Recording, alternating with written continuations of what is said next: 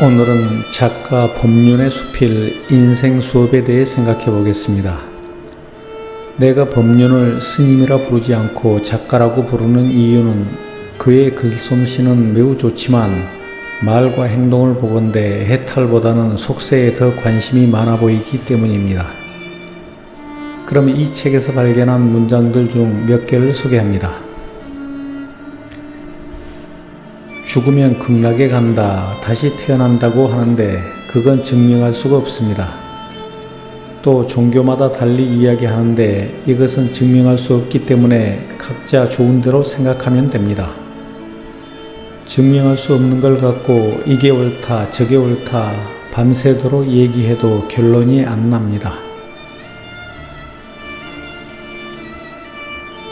현실은 그냥 있는 그대로 다 소중한 것입니다.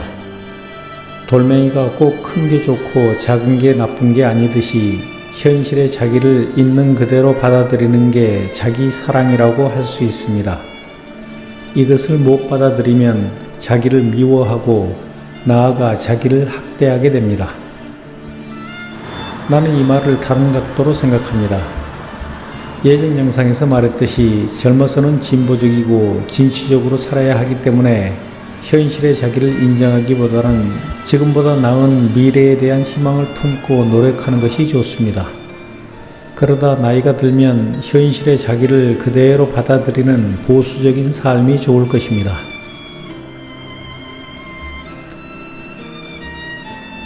무엇을 성공이라고 할까요? 먼저 자신이 원하는 것을 이루면 성공이라고 할 수 있는데 대부분의 사람들은 돈을 많이 벌면 성공이라고 생각합니다. 많은 돈과 많은 재물을 성공의 척도로 삼는 것은 어제 오늘의 일이 아닙니다. 수천 년의 기록을 보건대 어느 시기에서나 어느 장소에서나 대부분의 사람들은 돈을 많이 벌면 성공이라고 생각했음을 알 수 있습니다. 왜냐하면 많은 돈과 재물은 배고픔과 추위를 벗어나게 해주고 경비원을 고용하여 위험으로부터 보호받을 수 있게 해주며 여러가지 편리함과 안락함을 제공한다는 것을 인간의 유구한 역사와 경험을 통해 잘 알고 있기 때문입니다. 다음은 법륜 작가가 이 책에 소개한 에피소드입니다. 한 번은 법문하러 갈 때 늦어서 택시를 탔는데 그 기사가 차를 아주 난폭하게 몰았습니다. 이 사람이 얼마나 화가 나고 짜증이 나면 저렇게 신경질적으로 차를 몰겠나 싶어서 물었습니다. 오늘 기분 나쁜 일이 많은가 보죠? 택시기사가 한숨을 크게 쉬었습니다. 마누라가 집을 나갔습니다. 7살짜리 애도 있는데요. 그래서 다시 물었습니다. 1시간에 얼마 법니까? 8,000원 법니다. 제가 4만원 드릴 테니 5시간 대절합시다. 절 앞에 내려 4만원을 주면서 5시간 차 세워놓고 들어와서 법문을 들으라고 했습니다. 그 기사가 난폭하게 운전해서 교통사고가 나면 얼마나 큰 손실이 생깁니까? 또 짜증내며 신경질적으로 생활하면 아이 교육에도 굉장히 나쁜 영향을 미칩니다. 그러니까 그분이 무엇이 문제인지를 자각해서 부인이 없는 상태에서도 행복하게 운전할 수 있게 된다면 어떨까요? 부인이 돌아올 가능성도 높고 사고 위험도 줄어듭니다.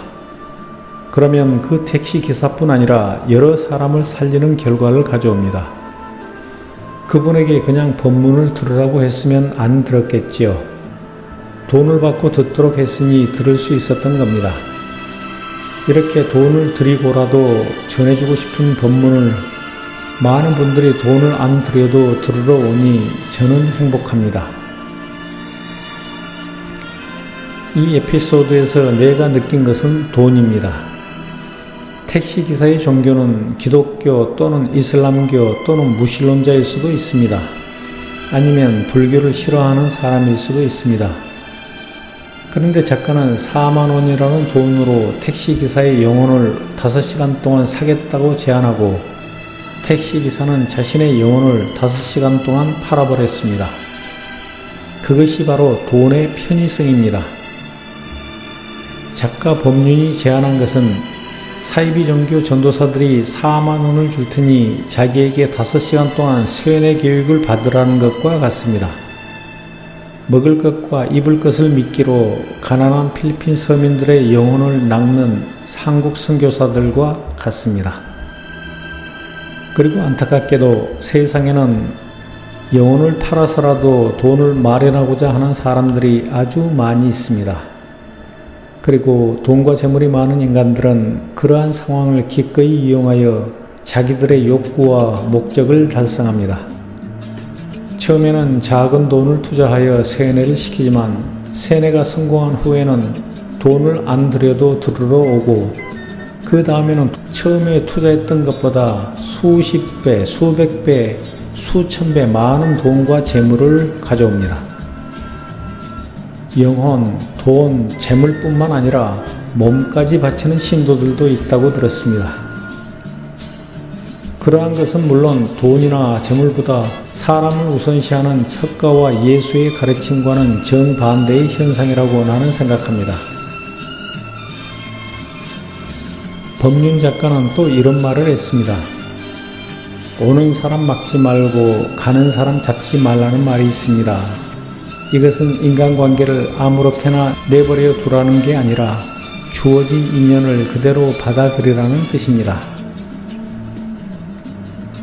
나는 이 말의 절반만 공감합니다.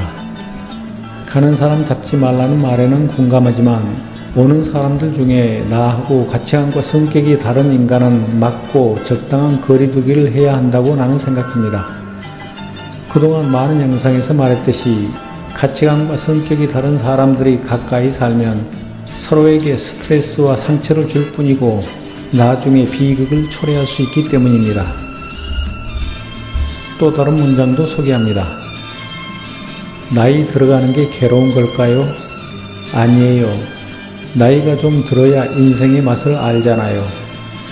젊을 때는 미숙하지만 나이 들어가며 이것저것 경험해 봐서 조금 완숙한 맛이 있습니다.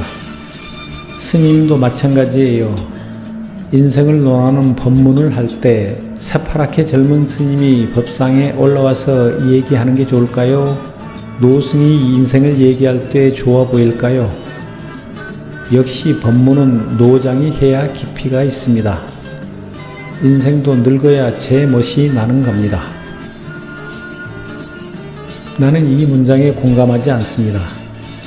사람의 깊이와 완숙미는 나이와 아무런 상관이 없습니다.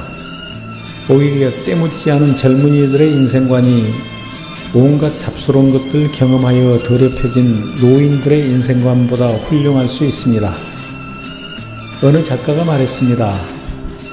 사람들은 나이와 지혜가 비례한다고 생각한다. 하지만 대부분은 나이 들수록 현명해지는 게 아니라 조심스러워질 뿐이다. 특히 불교계에 몸담고 있는 작가가 35살의 깨달음을 얻은 석가모니에게 새파랗게 젊으니 법상에 올라가서 얘기하지 말라고 할 수 있을까 생각하니 우습기만 합니다. 법문이든 인생관이든 노장이 해야 하는 것이 아니라 깨달은 사람이 하는 것입니다. 어느 작가가 말했듯이 65살이 되도록 깨닫지 못한 사내는 60년 동안 5살일 것입니다. 그리고 인생은 늙어야 제멋이 나는 것이 아니라 젊을수록 아름답고 제멋이 나는 겁니다. 나이 들수록 변화에 재빨리 적응하지 못하고 기억력 떨어지고 근력, 지구력 떨어지고 흰머리 주름살 늘어가고 몸에서 늙은 냄새 나기에 나이 들수록 지혜로워지는 게 아니라 겁쟁이가 되어갑니다. 나이 들면서 젊은 척, 겁쟁이 아닌 척 할수록 더욱더 천박해집니다.